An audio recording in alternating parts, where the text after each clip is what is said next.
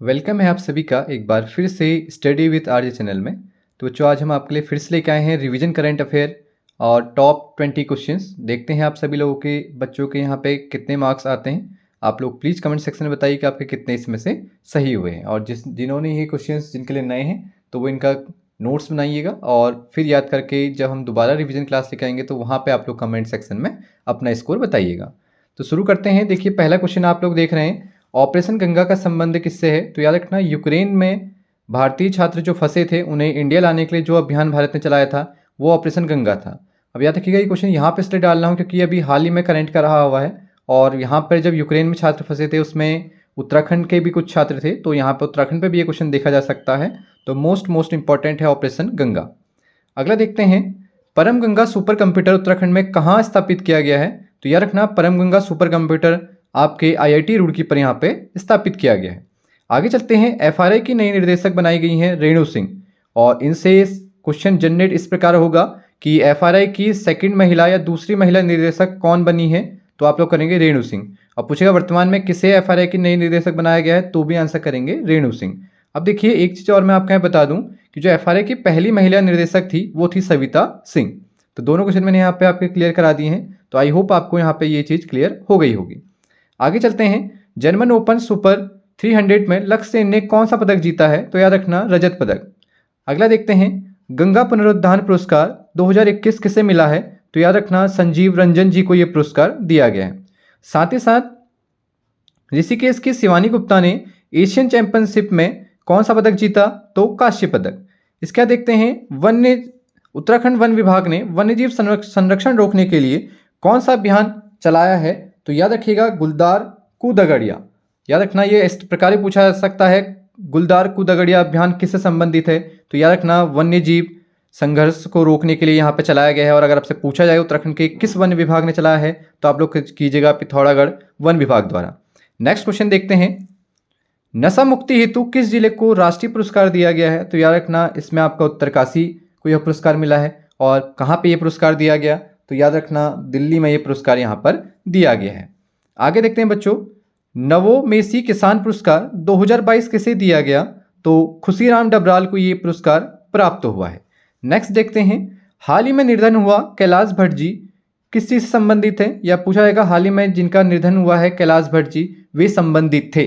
तो याद रखना, ये गोपेश्वर जिले से संबंधित हैं, और आपके पहाड़ी परिधान और आपके पहाड़ी टोपी को इन्होंने क्या दिलाई है? यहाँ पर पहचान दिलाई हुई है। तो इसी के साथ आगे चलते हैं।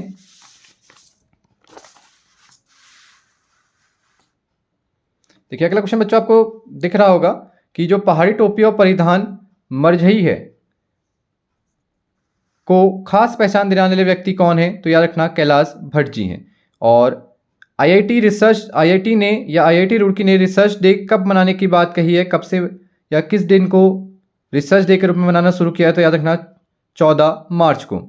अगला देखते हैं, शैलेश मटियानी पुरस्कार 2021 कितने शिक्षकों को मिला है? तो याद रखना, 2021 में 18 को शिक्षकों को दिया गया है, वर्ष 2022 में 39 को दिया गया है, और वर्ष 2023 में 17 लोगों को यह पुरस्कार दिया गया है। ये क्वेश्चन आपका 2 टाइम रिपीट हो चुका है। आई होप अब आपको ये चीज़ याद हो गई होगी। अगले देखते हैं, उत्तराखंड की कितनी महिलाओं को कल्याणी सम्मान 2022 दिया गया? तो याद रखना, उत्तराखंड की 11 महिलाओं को कल्याणी सम्मान 2022 यहाँ पर दिया गया है। नेक्स्ट चलते हैं, उत्तराखंड नारी सम्मान किसे प्राप्त हुआ है? तो याद रखना, बसंती देवी को उत्तराखंड नारी सम्मान यहाँ पर दिया गया है। आगे देखते हैं, हैप्पीनेस रिपोर्ट में उत्तराखंड का कौन सा स्थान रहा है? तो आप लोग देखिएगा, यहाँ पर 3rd स्थान रहा है, और जो प्रथम स्थान में है वो है आपका हिमाचल प्रदेश, और दूसरे स्थान पर है आपका पंजाब। अगले देखते हैं, सिंधु घाटी सभ्यता से जुड़ी प्रतिमा उत्तराखंड के किस स्थान से प्राप्त हुई है? तो देखेंगे आपका उत्तरकाशी से प्राप्त हुई है, और उत्तरकाशी में कहाँ पर पूछेगा तो बर्नीघाट क्षेत्र से प्राप्त हुई है। और साथ साथ में किस नदी घाटी से पूछे तो आप लोग करेंगे यमुना नदी घाटी से प्राप्त हुई है। और किस प्रकार की मूर्ति है? तो महिषमुखी चतुर्भुज आकृति की मूर्ति है। इसे किससे जोड़ा जा रहा है? तो सिंधु घाटी सभ्यता से जोड़ा जा रहा है बच्चों। अगले देखते हैं, देखिए बच्चों, वही क्वेश्चन है, इंडस वैली की प्रतिमा किस नदी घाटी क्षेत्र से मिली है? तो आप करेंगे यमुना नदी घाटी क्षेत्र से मिली हुई है। आगे चलते हैं, उत्तराखंड में धामी जी द्वारा समान नागरिक संहिता लागू करने के हेतु एक कमेटी बनाई गई वो कमेटी कब बनाई गई थी पूछा जा रहा है। तो याद रखना 24 मार्च 2022 को ये कमेटी बनाई गई है। और पूछा है किसकी अध्यक्षता में बनाई गई है, तो रंजन देसाई की अध्यक्षता में बनाई गई थी। तो आप लोग याद रखना बच्चों, इसमें 5 सदस्य और थे और 6 माह के भीतर आपका यहाँ पर रिपोर्ट देने की बात कही है। देखा जाएगा उत्तराखंड में कैसे चल रहा है। तो याद रखना अभी तक केवल एक राज्य है जहाँ पर समान नागरिक संहिता या यूनिफॉर्म सिविल कोड चलता है, जो अब गोवा है। उसके बाद यहाँ पर ट्रायल किया जा रहा है 6 माह, देखा जाएगा कैसे चल रहा है। तो उसके बाद यहाँ पे क्या करा जाएगा, आगे को लागू कर दिया जाएगा। और अभी इसकी कमेटी के अध्यक्ष कौन बनाई गई हैं, तो रंजना देसाई बनाई गई हैं।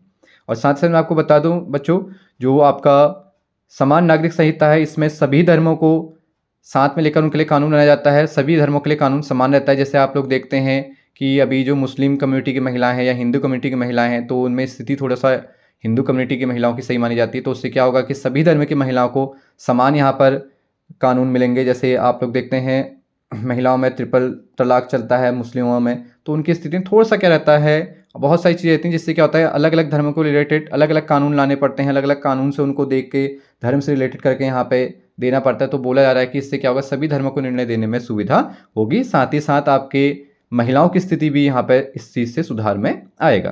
तो आई होप आपके लिए आज का टॉप 20 लेक्चर काफ़ी बेटर रहा होगा। और आई होप आपके एग्जाम में इनमें से कोई ना कोई एक क्वेश्चन जरूर आए। तो आप लोग इस एग्जाम में जाने से पहले एक बार इसको जरूर रिवाइज कीजिएगा। Thank you so much. मिलते हैं नेक्स्ट लेक्चर के साथ।